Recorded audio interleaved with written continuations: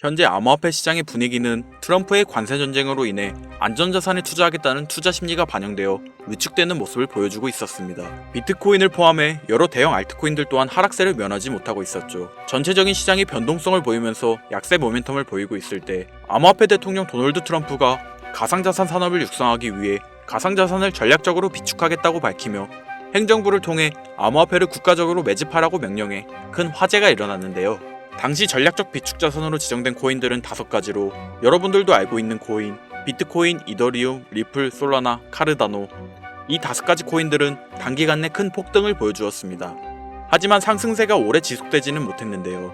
트럼프가 캐나다와 멕시코에 새로운 관세를 부과하며 관세 전쟁이 지속됨을 알렸고 고래들이 순간적으로 대규모 매도를 진행하며 엄청난 거래량 증가와 함께 조정을 받으며 다시 원래의 가격으로 돌아오는 모습을 보여주었죠. 단기간 내에 여러 이슈가 터지면서 큰 변동성을 보여준 모습인데요. 하지만 미국 대통령 도널드 트럼프의 행보는 암호화폐의 강세 모멘텀을 기대할 수 있었죠. 그렇다면 현재 암호화폐 시장의 분위기는 어떨지 함께 알아가 보시죠.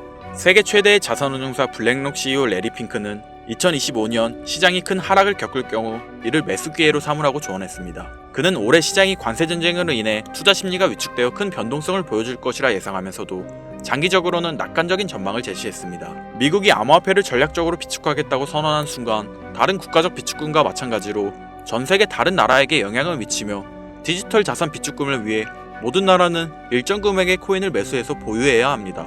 때문에 미국의 이러한 움직임은 암호화폐의 신뢰성과 가치를 더 높여줄 것이고 전 세계 나라의 암호화폐 거래를 증가시키며 거래량 증가와 함께 암호화폐 시장의 총 시가총액이 증가할 것으로 예상되므로 전 세계적으로 암호화폐 시장의 상승 가능성을 기대할 수 있는 모습이죠. 그렇다면 상승장의 가능성은 열려있지만 단기간 내 폭등이 있었을 뿐 아직 조정을 받고 있으니 암호화폐 시장이 언제 급격한 폭등을 보여줄지에 대한 평가를 진행해봐야겠죠. 모든 코인을 확인하면 영상이 너무 길어질 수 있으니 비트코인들의 기술적 지표를 간략하게 2가지 코인만 살펴보겠습니다. 자, 비트코인들 중 2가지, 비트코인과 리플의 최신 상황을 평가해보겠습니다. 비트코인 같은 경우 관세 전쟁이 시작된 이후 전체적으로 시총이 감소하고 17%의 하락을 보여주며 일시적으로 큰 하락세를 보여주었죠. 하지만 도널드 트럼프의 발표 이후로 큰 폭동을 보여주었고 조정을 받았지만 현재는 완만한 회복세를 보이고 있으며 코인베이스와 스트래티지를 포함한 공개적으로 비트코인을 지지하는 기업들도 비트코인을 여전히 매수하는 모습을 보여주었습니다. EMA를 살펴보면 현재 비트코인은 21 지평선이 아래에서 거래되고 있으며 하락 삼각형의 형태를 보이고 있으니 단기적으로는 큰 변동성과 함께 약세 모멘텀을 보여줄 것으로 예상되고 있지만 지지선과 저항선 사이에서 횡보를 반복하다가 그 기세를 회복할 것으로 예상됩니다. 반면 리플의 경우 현재 리플은 엘리엇 파동 3번째 주기에서 하락장을 보여주고 있습니다. 여기서 엘리엇 파동에 관해 쉽게 설명드리면 주가는 연속적인 8개의 파동이 사이클을 이루며 상승과 하락을 반복한다는 이론으로 주가 변동을 예측하는 기법으로 사용됩니다. 자, 다시 차트를 보시면 3번째 파동 주기가 2번째 파동 주기와 비슷하다면 3번째 단계는 24시간 이내에 종료되고 4번째 주기에서 상승장이 올 것으로 분석하였는데요. 이는 3번째 주기가 끝나고 잠재적인 돌파가 일어나기 전에 가격 변동이 계속될 것임을 의미합니다. 즉, 단기간 내에 상승장이 나올 것이라 평가할 수 있는데요. 역사적으로 리플은 5번째 주기에서도 강세를 보여주었으니 현재 리플은 장기 강세 모멘텀을 보여준다고 할 수 있습니다. 이뿐만 아니라 가격 움직임이 대칭 삼각형을 형성하고 있으니 가격 움직임에 압축이 발생했음을 보여주고 여기에 EMA를 확인해보면 20일 이평선과 50일 이평선이 골든크로스로 바뀌는 모습을 보여주고 있으며 골든크로스로 바뀌어가는 시점에는 숏스퀴즈가 발생하여 더욱 강한 상승세를 보여줄 것으로 예상됩니다. RSI 지표 또한 높게 측정되며 폭발적인 이익을 얻을 수 있는 잠재력도 보유하고 있죠. 여기에 인플레이션의 둔화가 완화되면서 시장이 점차 반등함에 따라 이 시장의 움직임에 발맞춰 리플은 끊임없는 안정성을 바탕으로 꾸준한 상승장을 보여줄 준비가 되어 있음을 시사하고 있는데요. 리플이 상당한 반등 가능성의 움직임을 보여주고 있으니 리플과 관련된 세력 기관들의 움직임 또한 잘 관찰해야 하는데 주가가 사상 최고치를 기록하고 있는 워렌 버핏의 이 기업이 있죠. 버크셔 해서웨이라는 기업 많이 들어보셨죠? 버크셔 해서웨이는 세계적인 투자 지주 회사로 워렌 버핏의 회사로 매우 유명한 회사입니다. 시총이 무려 1000조나 되는 어마어마한 규모의 회사이죠. 이런 버크셔 해서웨이가 가지고 있는 대표적인 회사, 어떤 회사가 있을까요? 그 중 하나가 바로 아메리칸 익스프레스입니다. 아실 분들은 아시겠지만 아메리칸 익스프레스는 신용카드사와 은행업을 중심으로 한 미국에서 가장 큰 규모의 회사 중 하나이자 금융업의 대표 주자이죠. 그리고 특징은 아메리칸 익스프레스는 워렌 버핏의 버크셔 해서웨이가 최대 주주로서 무려 20%가 넘는 지분을 보유하고 있죠. 쉽게 생각하면 워렌 버핏의 회사인 버크셔 해서웨이가 아메리칸 익스프레스를 소유하고 있다라고 생각하면 되겠죠. 또한 뱅가드 그룹이 6.3%, 블랙록이 6.1%를 보유하고 있는 전망이 좋은 기업이라는 겁니다. 이런 아메리칸 익스프레스는 리플의 핵심 파트너입니다. 심지어 작년 8월에도 아메리칸 익스프레스는 송금을 위해 리플을 채택했다는 걸 알 수 있죠. 이 말은 워렌 버핏의 회사인 버크셔 해서웨이가 소유하고 있는 아메리칸 익스프레스에서 리플과 협업을 하고 있다는 말입니다. 워렌 버핏과 리플이 밀접한 관계가 있다는 뜻 아닐까요? 리플은 기본적으로 스위프트 때문에 만들어진 코인이죠. 여기서 스위프트가 무엇이냐? 스위프트는 서로 다른 국가에서 무역을 할 때 사용되는 화폐가 다르기에 기준을 만들어서 국제 무역을 진행하는 것이 스위프트입니다. 하지만 여기서 발생하는 수수료가 무려 20%나 되죠. 즉 너무 비싼 금액이죠. 그래서 이런 문제를 해결하고자 만들어진 것이 바로 리플 코인이라는 겁니다. 또한 리플은 ODL 시스템을 가지고 있어 단 몇 초 만에 전 세계 어디든 바로 송금을 할 수 있는 기술력 또한 보유하고 있죠. 수수료와 속도, 이 두 가지를 모두 잡을 수 있다는 겁니다. 그런데 지금 이 기술력을 미국이 질투하고 있다는 거죠. 그럼 여기서 생각을 해볼게요. 전 세계 최대 강국이 어디죠? 네, 미국이죠. 미국은 우스갯소리로 미국과 나머지 전 세계들의 국가들이 전쟁을 펼쳐도 미국이 밀리지 않을 거라는 이야기가 있을 정도의 강대국입니다. 단적인 예로 미국의 2022년 국방비 순위를 보시면 미국의 국방비 금액이 2위인 국가부터 10위인 국가인 국방비를 합친 것보다 무려 23%나 많은 금액을 국방비로 쓰고 있다는 겁니다. 물론 이것만으로는 단순 군사력을 비교할 수는 없겠으나 이 정도로 엄청난 초강대국이라는 거죠. 이 이야기를 왜 하냐면 미국은 전 세계의 패권을 쥐고 있는 강대국이라는 겁니다. 단순히 군사력뿐 아니라 경제력으로도 말이죠.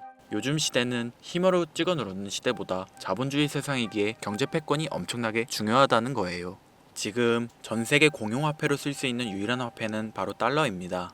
하지만 이제는 세상이 많이 바뀌었어요. 언제부턴가 현물화폐보다 편리하고 안전하며 유동성마저도 뛰어난 암호화폐가 탄생을 하고 말았죠. 이 암호화폐가 탄생을 하고 오랜 시간이 지나지 않아 달러의 패권이 달러의 입지가 조금씩 흔들리기 시작했고 지금은 수많은 암호화폐들이 달러의 자리를 위협하고 있는 상황입니다. 앞으로 암호화폐가 달러를 잡아먹게 된다면 미래의 미국은 전 세계의 경제 패권을 줄 수가 없게 되죠. 그래서 어떻게 하고 있죠? CBDC, 센트럴 뱅크 디지털 커런시, 즉 중앙은행 디지털 화폐. 미국에선 이 CBDC를 이용해서 달러를 디지털화시킬 계획을 가지고 나왔다는 거죠. 하지만 CBDC를 발행하기엔 오랜 시간이 필요하기에 그 시간 동안 달러의 패권이 흔들릴 것이고 그리 된다면 달러의 입지가 위험해지고 경제 패권을 더 이상 쥘 수 없게 될지도 모른다는 거죠. 그래서 미국의 바이든 정부는 암호화폐를 규제하기 시작했습니다. 수년간 암호화폐를 규제하고 압박을 했죠. 하지만 이제는 그게 더 이상 불가능해졌다는 거예요. 세상이 달라졌다는 거죠. 그리고 그걸 알고 있고 세상의 흐름을 읽고 있는 트럼프는 비트코인 컨퍼런스에서 암호화폐 대통령이 되겠다라며 자신있게 외쳤던 것이죠. 그리고 그가 당선된 이후 정말로 친암호화폐 정책을 펼쳐나가기 시작했죠. 이미 뛰어난 사업가였던 그가 이 흐름을 놓칠 이유가 전혀 없다는 겁니다. 자, 그렇다면 앞으로 리플의 행보 어떻게 될 것 같으신가요? 정확히 잘 모르시겠죠? 그래서 제가 그에 대한 답변으로 엄청난 자료를 찾아왔습니다. 이 정보는 제가 우연히 발견한 정보인데요. CBDC를 위해 기반으로 삼을 가교통화 코인의 적합성 및 미 연방지구별 논의사항을 보여주는 자료입니다.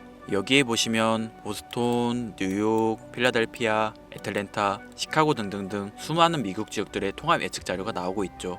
여기에서 아래로 쭉 내려보면 크로스링키드, 즉 가교통화로서의 적합성을 보여주는 표가 있습니다.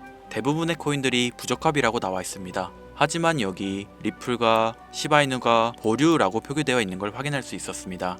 뭐 그럴 수 있어요. 리플은 법적 공방이 남아있고 시바이누는 탈중앙화를 목적으로 나온 코인이다 보니 어찌 보면 CBDC와는 어울리지 않을 수 있죠. 하지만 다르게 생각해보면 두 코인 모두 세계 어디든 자유롭게 금융 서비스를 제공받을 수 있다 보니 이보다 더 뛰어나고 자유로운 가교통화가 있을 수 있을까? 라는 생각도 들긴 했죠. 그런데 여기서 저는 충격적인 내용을 확인할 수 있었어요. 여기 보이시나요? 시바이누조차 보류로 나와 있는데 이 생소한 코인이 적합이라고 나와 있었습니다. 진짜 너무 생소한 코인이었어요. 그래서 이 코인의 정보를 좀 찾아봤는데 정말 신기할 정도로 정보가 없었습니다. 그런데 바이낸스에는 이 코인이 상장이 되어 있더라고요. 그래서 저는 의구심이 들었습니다. 전 세계 은행을 이을 수 있는 가교통화 자리에 아무도 모르는 코인이, 그것도 정보도 별로 없는 코인이 리플과 시바이누보다 높은 자리를 선점하고 있다? 그리고 신기할 정도로 정보가 완벽하게 통제가 되어 있다?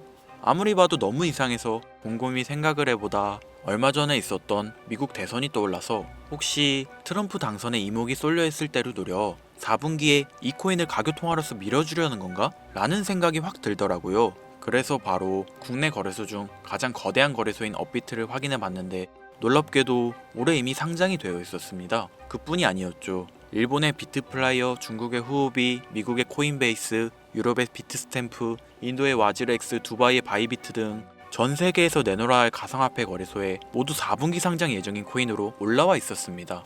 이제 이해가 되기 시작했죠. 이 코인을 말미삼아 미국이 다시 한번 전 세계 경제 패권을 쥐려고 하고 있는 것 같습니다. 제가 그래서 이 코인을 구독자님들에게 공유해 드리려고 영상을 촬영해서 올렸는데 이게 유튜브 측에서 자체적으로 막아버리더라고요. 아무래도 미국 대선과 관련해 있는 코인이다 보니 유튜브 측에서 자체 필터링이 되는 것 같아요. 벌써 2번이나 경고 먹었어요.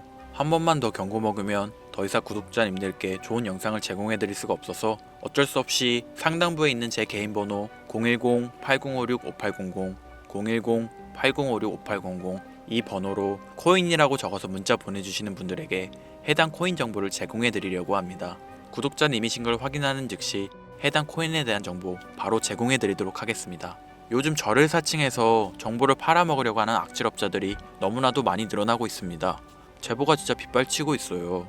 다시 한번 말씀드리지만 저는 절대로 금전을 요구하거나 멤버십 가입 유도 및 개인정보 등을 요청하지 않습니다. 그런 사칭범들이 워낙 많아 문자 보내주시는 분들 한 분 한 분 제 구독자님이신지 확인 후 공유해드리다 보니 약간의 시간이 소요가 된다는 점 다시 한번 양해 부탁드립니다. 저는 많은 거 안 바래요. 오로지 제 채널을 키우기 위해서 제 영상을 보시고 제 채널 구독, 좋아요, 알림 설정 그리고 댓글 정도 남겨주시면 저는 그걸로 만족합니다. 그러니 이것 외에 요청하는 게 있다면 제가 아니라 사칭이니 조심하세요. 앞으로 더 좋은 영상, 더욱 도움이 되는 정보로 다시 찾아뵙겠습니다. 오늘 하루도 고생하셨습니다. 김선우입니다. 감사합니다.